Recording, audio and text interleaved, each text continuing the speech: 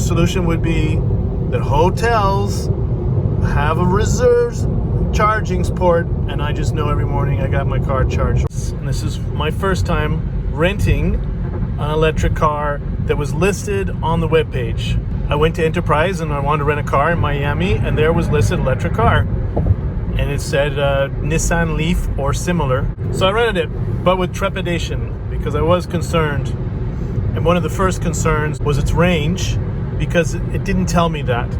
And so, I looked up Nissan Leaf, and it was like 200 to 400 miles, depending on the battery you get, assuming they're going to do a cheaper battery. Well, I'm going to stay in a hotel, and I looked up, is there a hotel that has a charging port? And none of them did. But it's like, this is ideal. You just park it at night in a charging port. And so hotels, wake up, because the moment that some branch is going to start offering you this as a service, and you're going to charge it, and we're going to pay. So you can say like $14 to reserve your electric charging spot overnight. So this was some of the problems I had with the charging, which is a bit of a pain. Okay, one, you got to download an app, so you got to be sort of computer savvy. The app will tell you where they are. The app will say, oh, there's 2 spaces empty over there. You get there and someone took them before you. So there's no way to reserve the spot. Like, it'd be nice if you could just do like a 5-minute reserve, especially if you're 5 minutes away. 2, you get someone who's parked there who's not charging their car. They're just parked in the spot and they got a ticket, but still they're still parked there. And then 3, I showed up to one. I only charged it twice, and both times it wasn't easy. I showed up to one station and all the power stations weren't working.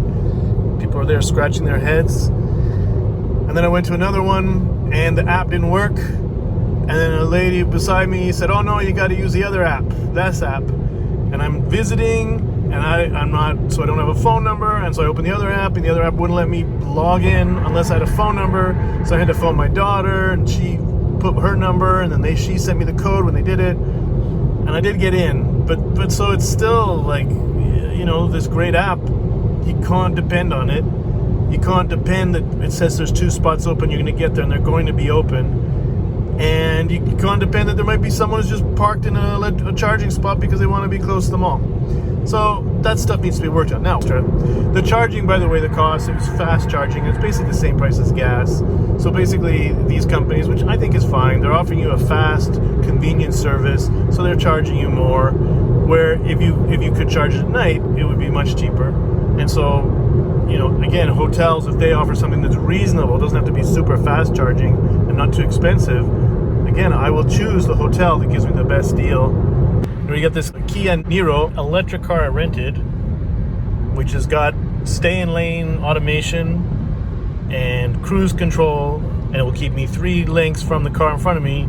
So highway driving is very pleasant. And all these features that normally in a typical sort of cheap rental car, they never offer all this, but this car does. So now here I am filming on the way to the airport. And so this is going to be interesting because I need to leave the car 80% charged. That's what I got it to. I've given myself half an hour to show up and charge my car. Let's see if that works. I do feel trepidation